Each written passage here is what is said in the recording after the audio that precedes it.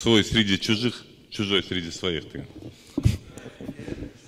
Biz вообще иштейбизби? Суроолор кайталанып атабы, эмне болуп атат? Беришибиз керек биз суроолорду. Каяка шашып атасыңар? Ар дайым эле шашып жүрөсүңөр. Эмне себептен айткан силер мага суроо бер детпейсиңер ушундай? Ар дайым кыскартасыңар, азайтасыңар, кетиресиңер. Эптеп добуш бересиңер.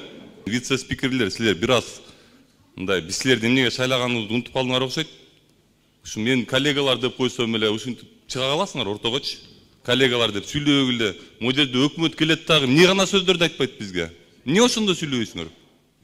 Мен айтып атам. Мен жооп сураган жокмун. Мен процедурныйдамын. Анан туруп мындай актуальный нерсени айтыш керек да, эмне унчукпай эле отура берели ушул жерде. Добушту мындай большинством чечти, көбүнчө неме добуш менен чечип алдык депчи. Мисалы мен суроо беришим керек болчу. Эми биздин коллегабыз чыгып сунушун берди. Сунушу өтүп кетти, дагы эмне кылалы анан? Эмне дейсиң?